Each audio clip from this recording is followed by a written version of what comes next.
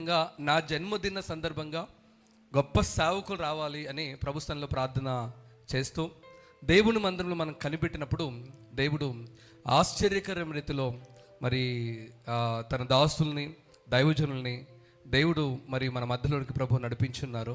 ప్రభు నామానికి మహిమ ఘనత కలుగును. ఒకసారి చప్పట్లు కొట్టి మనసారి కనపరుస్తాం. దేవునికి స్తోత్రం.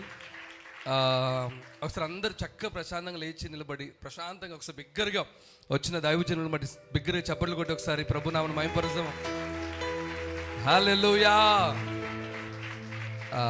సాల్మన్ అన్న ఆయన మరి దైవజనులు మరి పాత బస్తీలో ఎక్కడ మన చార్మినార్ ఏరియా ఉంది చూడండి, మీ అందరికి ఎక్స్పీరియన్స్ ఉంటుంది.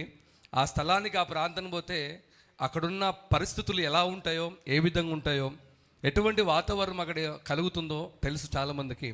అటువంటి ఒక కఠినమైన చాలా భయంకరమైన ఏరియాలో అన్న సేవ చేస్తూ పరిచయం చేస్తూ ఉన్నారు. దేవుని మహిమ కలుగును గాక. దేవుడు సేవను విస్తరింపజేస్తూ ఆశీర్వాదకరంగా దేవునికరంగా పరిచయం విస్తరింపజేస్తూ బలంగా మునుపు కంటే బహుబలంగా దేవుడు గొప్పగా వాడుకుంటూ ఉన్నారు. చాలా బిజీ. మీకు మాట చెప్పున ఇప్పుడు ఇక్కడ ఈ టైం 1 అవర్లో అన్న ఇక్కడ నుంచి బయలుదేరి వెళ్ళిపోతాడు. అదే చెప్తా ఉన్నా, అన్న మీరు వాక్యం అయిపోయిన తర్వాత కాస్త చిన్నగా భోజనం చేసి వెళ్ళండి అంటే అస్సలు టైం లేదు అని చెప్పేసి చెప్తా ఉన్నారు.